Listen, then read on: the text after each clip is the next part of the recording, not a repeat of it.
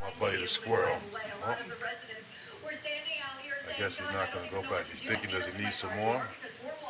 Does he need some more? Are these guys looking at me or what? What's going on here? Because they didn't think it would flood, the streets to the side here have big trees. They were afraid of having that kind of damage. See, he needs to rebuild his house. Cars would end up flooded like this. He needs to rebuild his house. Because he kind of got messed up. That's what he's doing. Here he comes. That's a good question. I think they're just still kind of assessing things for now. The ones who had the damage or the flooding inside of their basements are hoping that it will go down and they don't even have to make the decision to leave.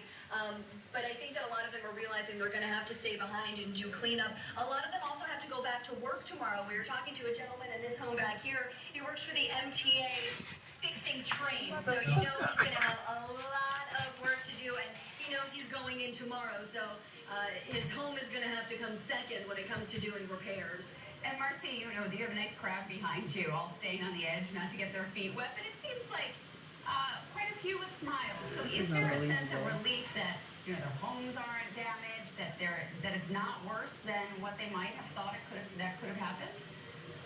Absolutely. There's a little bit of frustration for those who are still without power right now.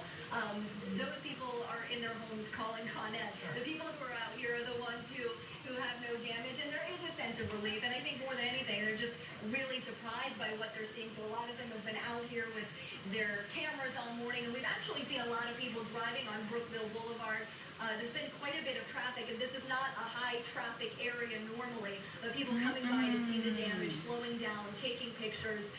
So relief that it's not worse, but it's a lot of surprise by this scene. I mean, it looks like a waterway, not a street. All right, Marcy Gonzalez, live in Rosedale, Queens. Thanks so much for that report. Oh, the sights to see. Marcy, thank you. We head over to Lisa Calabrasi. She's live in Merrimack, Westchester, and there's a lot of flooding behind Lisa as well. Lisa.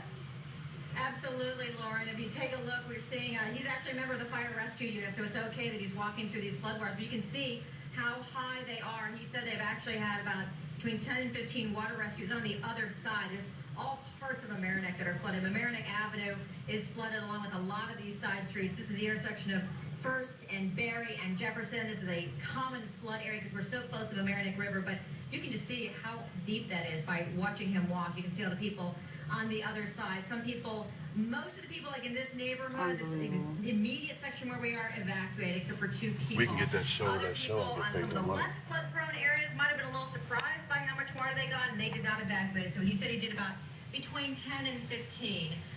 Some of the people who have stayed intended to stay. They said they were going to ride it out, and the one house here on the corner we've been talking about is a police officer for Mamaroneck, and he has some of his buddies say they're going to bring hip waders and help him get all the water out of his house. But it's going to be quite a while. There's 5 feet in his basement.